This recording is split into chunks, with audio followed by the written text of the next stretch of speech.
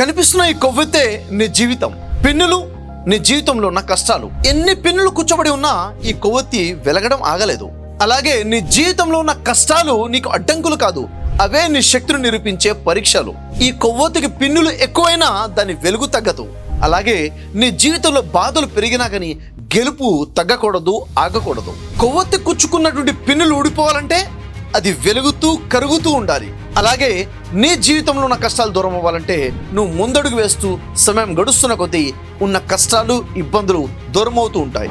ఏ కష్టం కూడా శాశ్వతం కాదు, కానీ నీ జీవిత ప్రయాణం నిరంతరం కొనసాగుతూ ఉండాలి.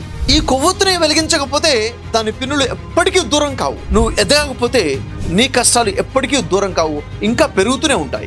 ఎన్ని పిన్నులున్నా కొవ్వొత్తి మాత్రం వెలుగునిస్తూ ఉంది. అలాగే నీ జీవితంలో ఎన్ని కష్టాలున్నా నీ కుటుంబానికి, ఇతరులకి వెలుగునిస్తూ ఉండాలి. నీ బాధ నీలోని కాంతిని ఆర్పకూడదు. కొవ్వొత్తి కరిగిపోతుందంటే నాశనమైపోతుందని కాదు, వెలుగుగా రూపాంతరం అవుతుంది అని. అలాగే నీ జీవితం గడుస్తుందంటే నీ వ్యక్తిత్వం నిర్మించబడుతూ ఉండాలి. కొవ్వొత్తిని ఒక్కసారి వెలిగిస్తే చాలు, ఆ తర్వాత తనకు తానుగా స్వయంగా వెలుగునిస్తూ ఉంటుంది. అలాగే నీలో కూడా సెల్ఫ్ డిసిప్లిన్, సెల్ఫ్ మోటివేషన్తో నువ్వు వెలుగునిస్తూ ఉండాలి. కొవ్వొత్తి పూర్తిగా కరిగిపోయి ఆరిపోయినా దాని వెలుగుతో వచ్చిన ప్రయోజనం మాత్రం అలా ఉండిపోతుంది.